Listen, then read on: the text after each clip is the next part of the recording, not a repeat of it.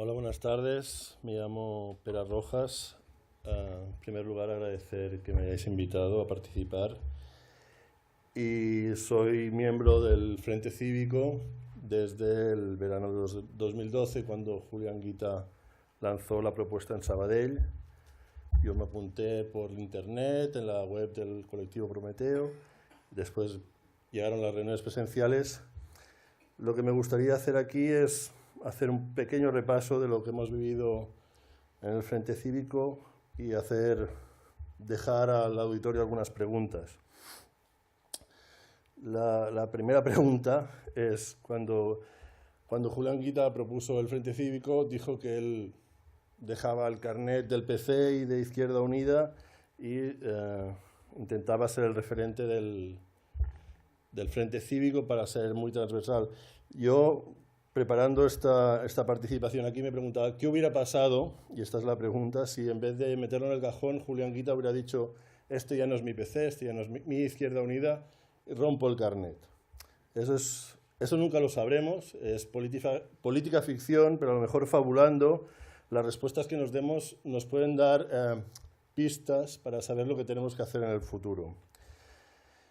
El Frente Cívico, a mí, que yo nunca había militado en ningún partido político, en ningún sindicato, me ha ayudado sobre todo a identificar el enemigo. Y el enemigo no es Rajoy, ni Pedro Sánchez, ni Albert Rivera. El enemigo se llama Banco de Santander, se llama Inditex, se llama Banco Bilbao Vizcaya, se llama La Caixa, se llama Iberdrola. Es decir, el enemigo, y eso ya supongo que todos estaremos de acuerdo, son los poderes financieros, los de aquí y los de Europa, que realmente son los que pagan las campañas electorales, los que pagan a los periodistas, los que pagan a los medios de comunicación para crear esa realidad paralela donde ya hemos salido de la crisis, cuando de hecho estamos a punto en el trampolín para saltar a una nueva crisis aún peor. Otro de los elementos positivos que yo le encuentro a lo que hemos vivido en el Frente Cívico es el método, ¿no? El método, nosotros nos propusimos un decálogo y elaborarlo entre todos, y era pues la típica frase de Julián Guita: programa, programa, programa, que ahora vuelve a estar de moda. Y yo creo que eso realmente... ¿El Frente Cívico tiene un programa? Pues yo creo que sí, y es el programa de todas las mareas. Es decir, en los pensionistas, pues pensamos exactamente igual que la marea pensionista, quizá también porque hemos colaborado mucho con ellos y hemos participado en esta lucha, pero igual en lo que se refiere a la energía, o lo que se refiere a la sanidad, a la educación. Luego, yo que no tenía ninguna experiencia política, también me dijeron: no, el Frente Cívico no se tiene que presentar a las elecciones, porque a la que empecemos a hacer listas electorales nos empezaremos a pelear, habrá disensiones y bueno, viendo lo que ha pasado con algunas fuerzas emergentes, en el que al principio todo era paz y amor, y a la que se empezaron a hacer listas electorales municipales, etcétera, pues ya se acabó el amor y se acabaron los círculos y se acabaron muchas cosas. Yo creo que de las cosas más positivas del Frente Cívico nos hemos implicado en muchas luchas, en muchos movimientos. Yo creo que se nos tiene que reconocer que fuimos muy activos en la ILP de la Renta Garantizada Ciudadana, que debemos, no solo el Frente Cívico, todos los presentes y todos los que podamos agrupar, debemos continuar en esta lucha, que la renta garantizada ha de evitar que se produzcan tragedias como que a personas, por motivos económicos, le quiten la patria potestad de sus hijos menores y se los lleven a un centro de menores. Eso pasa, y ha pasado y continúa pasando. Eso la renta garantizada lo evitaría. También en otras... ya he dicho antes que hemos colaborado bastante intensamente con la marea pensionista. Ayudamos a redactar o potenciamos aquel documento donde 24 economistas planteaban sus críticas a la reforma de las pensiones del PP. Y también trabajamos bastante en la organización de las marchas de la dignidad, sobre todo la primera marcha de la dignidad a Madrid, que reunió, bueno, una gran concentración en Madrid. Mirando y ahora empieza la parte no tan positiva. Mirando el cartel de la presentación de las Marchas de la Dignidad, pues vemos que los que participaron en la presentación fueron Pablo Iglesias, Julián Guita, Diego Cañamero y Rafa Mayoral. Estamos hablando de hace 2 años. Yo pregunto, ¿todos los que estaban presentando las Marchas de la Dignidad continúan defendiendo en sus actuales responsabilidades lo que defendían cuando estaban a nuestro lado? Bueno, cada uno que responda lo que le parezca.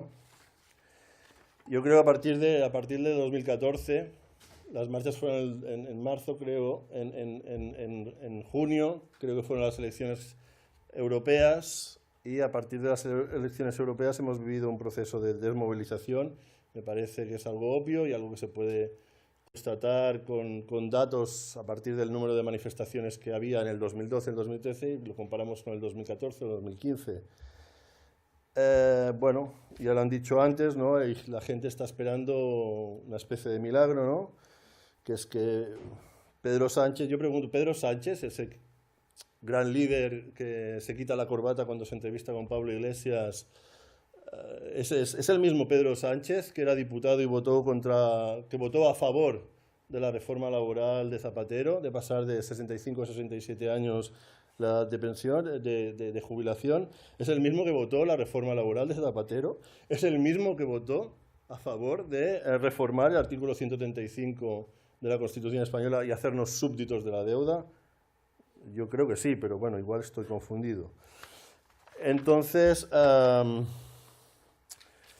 bueno, la desmovilización también pues viene dada por ese entramado político, judicial, donde, por ejemplo, la ley electoral en las últimas elecciones ha quedado más en evidencia que nunca, y cómo los medios de comunicación han intentado hacer invisibles algunas fuerzas que no interesaban y otras que sí interesaban las han potenciado.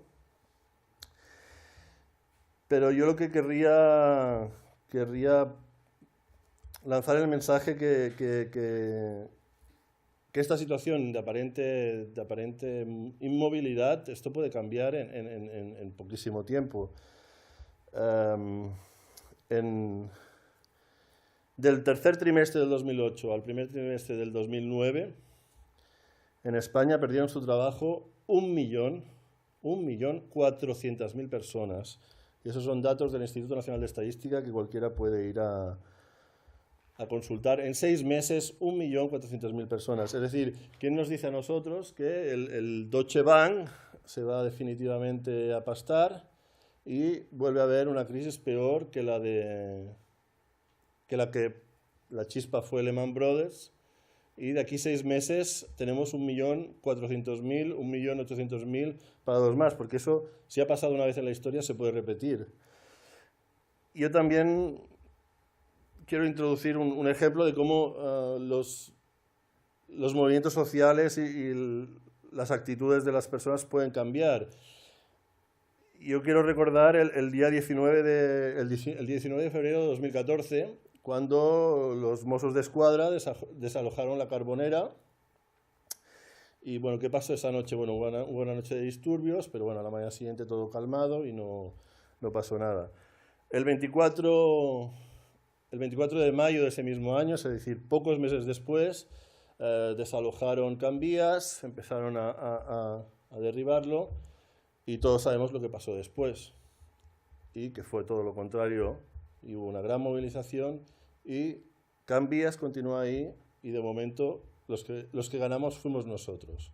Y yo creo que ellos pensaban que desalojarían Can Vías y no pasaría nada, como en la Carbo, pero no, a veces hay cosas que pasan. Yo creo que los miembros del Frente Cívico y todos los que quieran colaborar con nosotros debemos continuar tejiendo complicidades con todas las personas que quieran un cambio por la justicia social y por la democracia. Debemos continuar estudiando, debemos continuar intentar hacer pedagogía. Estamos en la plataforma para salir del euro, pues eso, estudiando, intentando hacer libros y documentales y cosas para difundir estas informaciones. También estamos ahora en una campaña Procés contra la Branca, con gente de la PA de Sal Girona, con gente de Hipotecados Actius, gente de SICOM. Y, insisto, continuamos con la ILP de la Renta Garantida de Ciudadanía. Ahora, yo creo que hasta aquí he dado prácticamente muy poca opinión, he dado bastantes datos y he hecho algunas preguntas. Ahora, mi opinión es, para finalizar, es que se necesita un movimiento social como el Frente Cívico, que si le tenemos que cambiar el nombre y le damos otro nombre, eso es igual, no vamos a tener patriotismo de Frente Cívico, que defienda la democracia de verdad, que defienda los derechos humanos, que sea lo más transversal dentro de estos parámetros posible.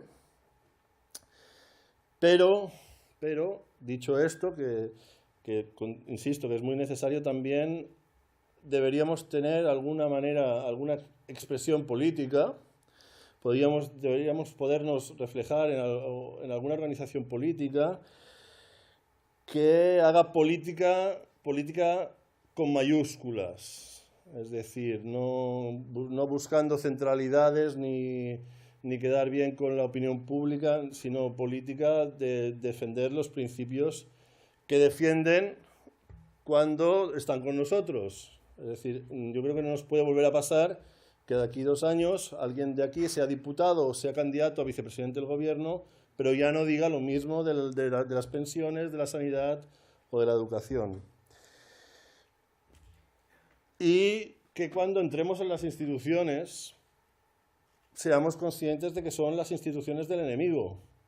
No como yo soy concejal o soy alcalde, esto ya es de puta madre. No, continúan siendo las instituciones del enemigo y estamos aquí para trabajar por el cambio de esas instituciones y dinamitarlas lo antes posible. No a creernos ya que como tenemos nuestro escaño, ya somos los reyes del mambo. Porque así es como se va perpetuando. Bueno, de hecho, aún vivimos un postfranquismo. Yo os animo, pues eso, a continuar con iniciativas como estas que hacen que cada vez seamos más unidos, nos conozcamos más y pensad que la situación social en unos pocos meses puede cambiar radicalmente.